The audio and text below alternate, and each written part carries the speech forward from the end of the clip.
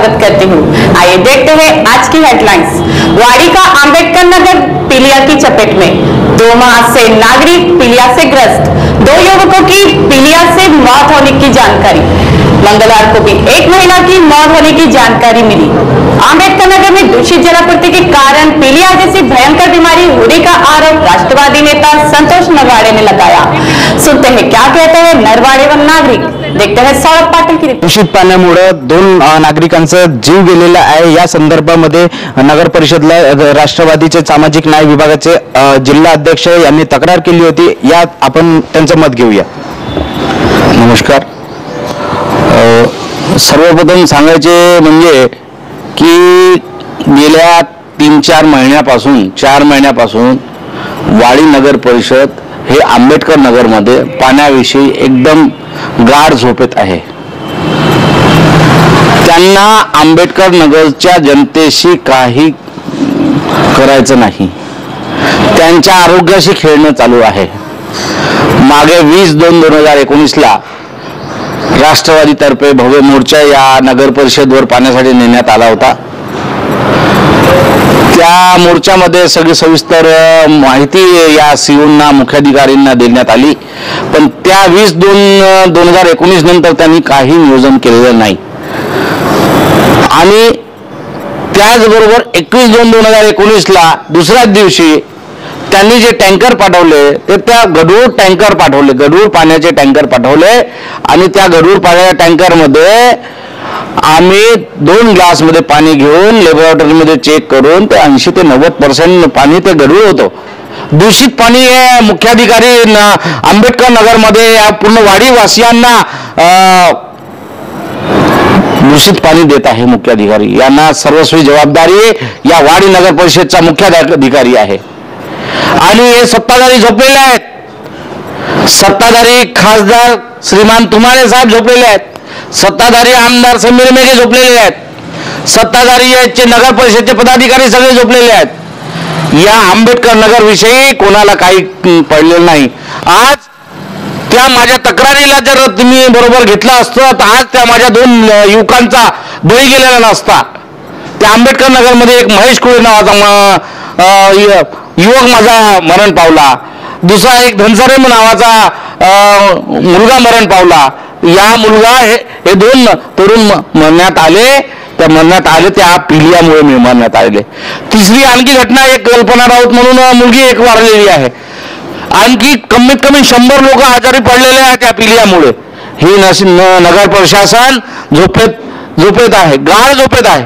यांना कोणाच्या जीवाशी खेळणं यांना चांगलं वाटत आहे।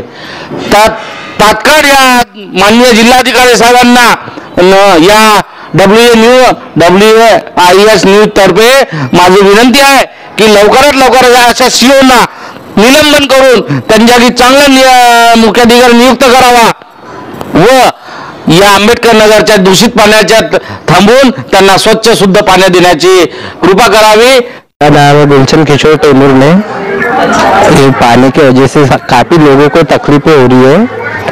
दूषित पानी की वजह से मैं भी 1 महीने से थोड़ा यही तक पी लिया है। मेरे को भी उसकी वजह से काफ़ी तकलीफ है पानी की वजह से। अभी तो फिलहाल डॉक्टर के पास से आया हूँ। नंदा हिराजीत लोखंडे बोलत आहो। आणि मला सारखा आजार होत आहे आणि माझ्या घरच्या मुलांना पण माझ्या सुनीला पण सारखा म्हणजे 1.5 महिन्यापासूनचा म्हणजे सारखा आजार आहे मला।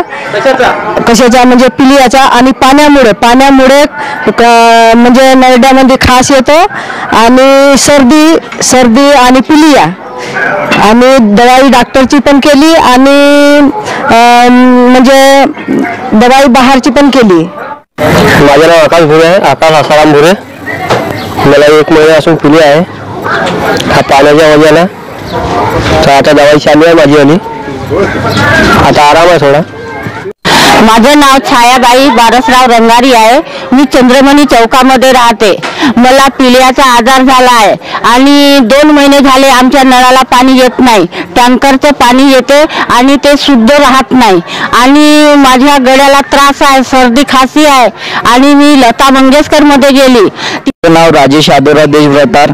माझं राहणं चंद्रमणी चौक, आंबेडकर नगर, वाडी, कंट्रोल वाडी, नागपूर. सर, गेल्या काही महिन्यामध्ये आमच्या वस्तीमध्ये खूपसे असे पेशंट निघून राहिलेले आहे, ज्याच्यामुळे लोक खूप त्रासले आहेत.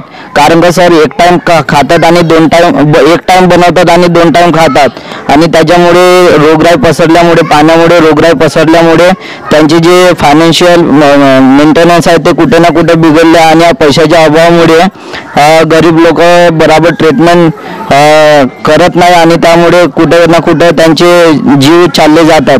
त्यामुळे या प्रशासनाने काहीतरी याच्यावर काम करावं. कारण माझं नाव सतीश अशोक जंगले आहे. मला इथल्या 1.5 महिन्यामध्ये पिल्ल्या झाला आणि पिल्ल्याचं कारण, मूळ कारण म्हणजे पाणीच आहे. कुठेतरी आंबेडकर नगरात येणारा पाणी टँकरच्या माध्यमातून जो येत असेल त्यांना त्याच पाण्यामुळे इथे पिल्ल्याचे प्रमाण भरपूर प्रमाणात वाढलेले आहे. माझं नाव सुभाष शंकरराव गजबी. आम्ही या आंबेडकर नगराचे निवासी असून या ठिकाणी राहत असलेल्या लोकांची पाण्याच्या विषयी पुष्कळ मोठी समस्या चालू आहे.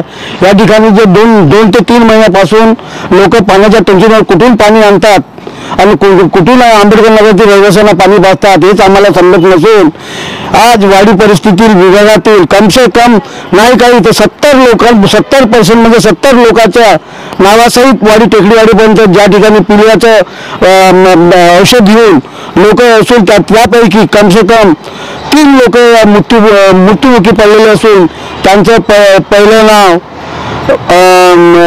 महेश कोळे म्हणून आहे आणि तसाच आज जी मृत्युमुखी पडलेली मुलगी आहे कल्पना त्या मुलीचे नाव असून ती कल्पना या पाण्याच्या मुळे 2-3 महिन्यापासून कोणतं पाणी पाजतात. कारण का त्यांच्या घरी ना मशीन आहे ना काही आहे, कोणतं पाणी पिली हे आम्हाला न समजत असून त्या मुलीची दशा आज ती मृत्युमुखी पडलेली आहे.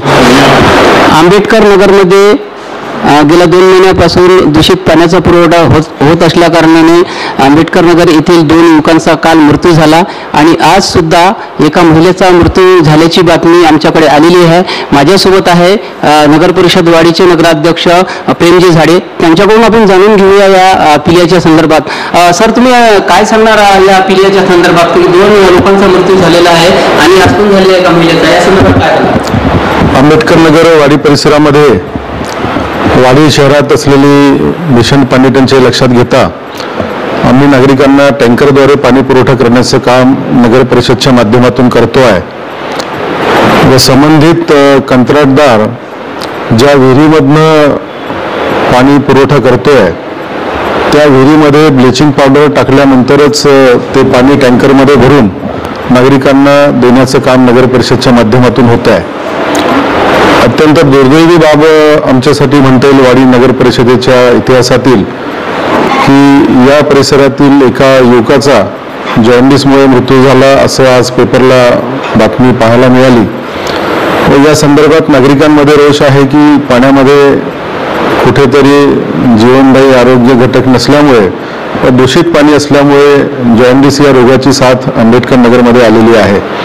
या संदर्भात मी पाणी पुरवठा अभियंता श्री चौधरी व संबंधित पाणी पुरवठा कर्मचारी यांना स्पष्ट निर्देश दिलेत की आपण टँकरमध्ये ब्लिचिंग पावडर टाकले की नाही याची शहानिशा करूनच ते पाणी नागरिकांना द्यावं व येणाऱ्या काळामध्ये अशा प्रकारची दुर्दैवी घटना होणार नाही या संदर्भात नगर परिषदच्या वतीने पूर्ण खबरदारी घेण्यात.